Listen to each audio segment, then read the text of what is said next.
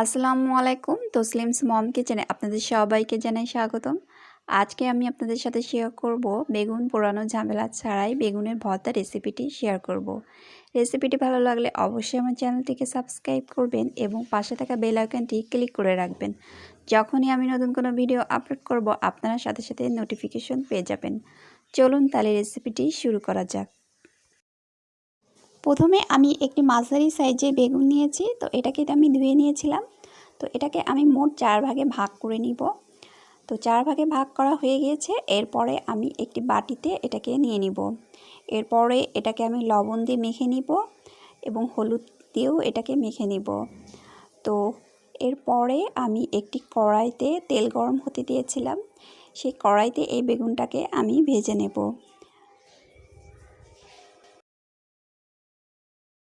এরপর কড়াইতে আমি প্রত্যেকটা বেগুনের পিস দিয়ে দিব এবং এটাকে ঢেকে দিয়ে দিতে হবে। তো পুরা করে এটাকে ভেজে নিতে হবে। তো পুরা করে বেগুন ভাজা হয়ে গিয়েছে। এরপরে আমি এটাকে একটা প্লেটে নামিয়ে নিব। এরপর একই তেলে আমি 3টা শুকনো ঝাল ভেজে নিব।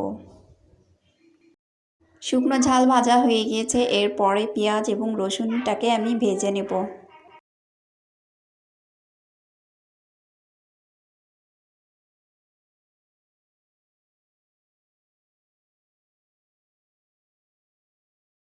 পেঁয়াজ রসুন ভাজা হয়ে গিয়েছে। এবার এটা একটা বাটিতে আমি নামিয়ে নিব।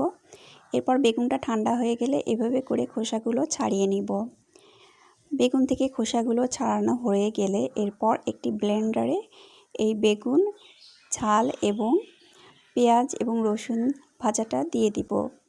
এরপরে এটাকে ব্লেন্ড করে নিব। তো আপনারা চাইলে হাত দিয়েও এটাকে মেখে নিতে পারেন। তৈরি হয়ে গেল খুবই মজার পোড়ানো ঝামেলা ছাড়াই এই বেগুনের ভর্তা রেসিপিটি শেয়ার করলাম। রেসিপিটি ভালো লাগলে অবশ্যই আমার চ্যানেলটিকে সাবস্ক্রাইব করবেন এবং পাশে থাকা বেল আইকনটি ক্লিক করে রাখবেন। আপনারা সবাই ভালো থাকবেন, সুস্থ থাকবেন। আল্লাহ হাফেজ।